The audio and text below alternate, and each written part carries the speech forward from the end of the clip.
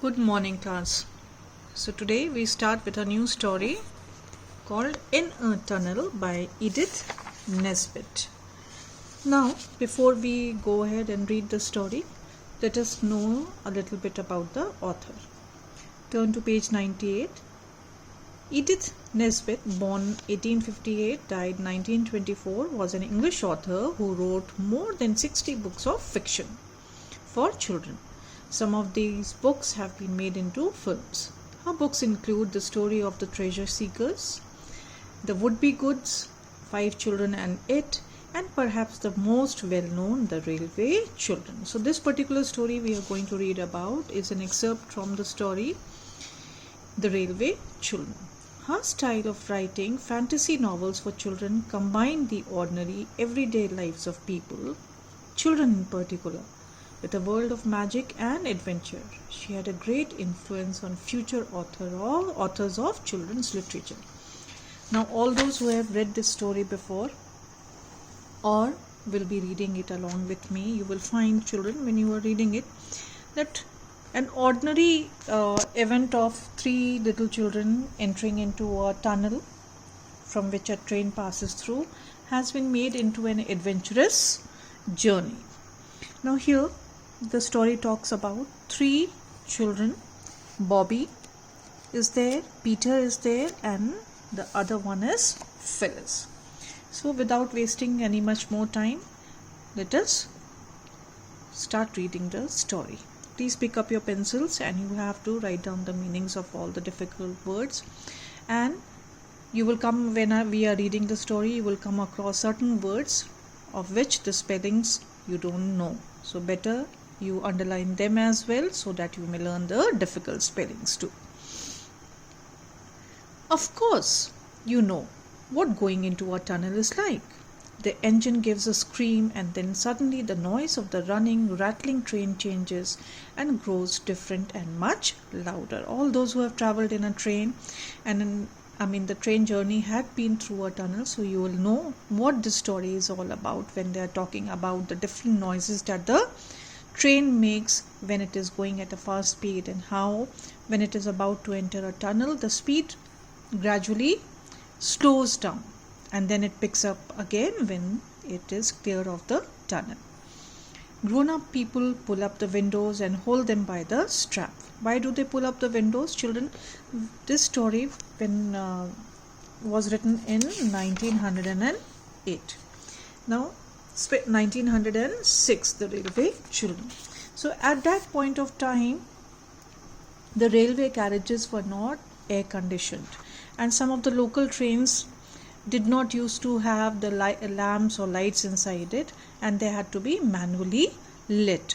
So the local trains did not have those lamps, and when a train is passing through a tunnel, doesn't matter whether it is daytime or night time, the entire railway carriage will be in pitch dark. Now the railway, this is what they are talking about. The railway carriage suddenly grows like night, becomes dark, with lamps of course, unless you are in a slow local train, in which case lamps are not always provided. Then by and by the darkness outside the carriage window is touched by puffs of cloudy whiteness. So when you are about to clear the tunnel, the train is about to leave the tunnel, and if you happen to be looking out of the carriage window, you will see puffy whiteness or puffy of cloudy whiteness outside. Then you see a blue light on the walls of the tunnel. What is the blue light over there, children? See, in the olden days also and now also, the tunnels are always marked with a red light showing that it is danger and just to warn the people. Now the blue light over here, they are talking about the sky up above. Now let us go back to the story. And on the walls of the tunnel, and the sound of the moving train changes once more. Now why is it changing? See, when you are in a enclosed space, then your voice echoes. Not just your voice, whatever is happening inside the tunnel, it the sound takes on a different rhythm altogether, sound altogether, takes a different pitch. So and you are out in the good open, meaning to say good open air again. You have left the tunnel, and grown-ups let the straps go. The windows, all dim with the yellow breath of the tunnel, rattle down into their places, and you see once more the dip and catch of the telegraph wires. Now see children, we have all seen electric wires running along a railway track, and telegraph wires. You have telegraph wires which do not run along a road, they can crisscross. Now the reason behind electric wires running along a road, okay, or along a railway track, the reason is children, in case they break down, then they will not be harming people who have not noticed. They will not be electrocuted. A passing train will not get electrocuted, whereas the telegraph wires can crisscross, go across a road or a railway track, because even if they break, they will not be a danger to the people.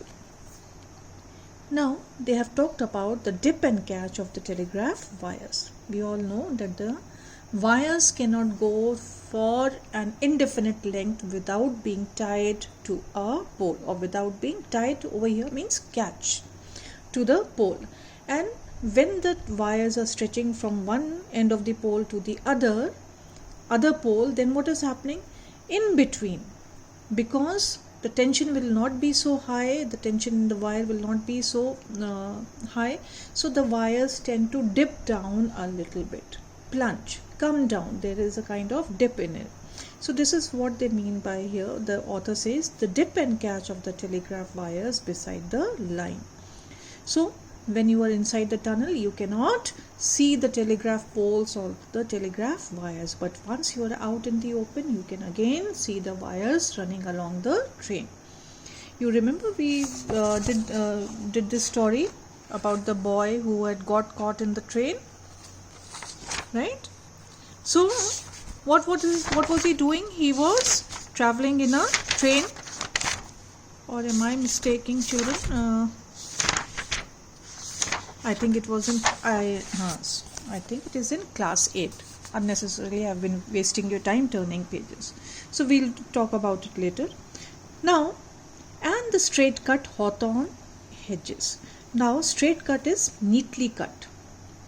Hawthorn is a kind of a thorny bush or a shrub which is used to mark boundaries. Nowadays, children, people have become very conscious about their safety.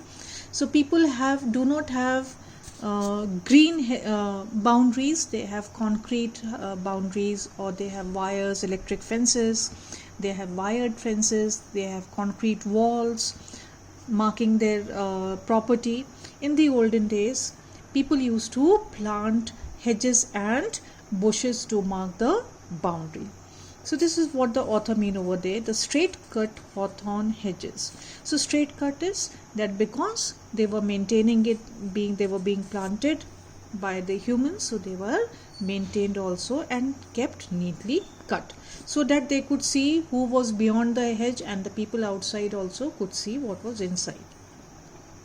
With the tiny baby trees growing up out of them every 30 yards.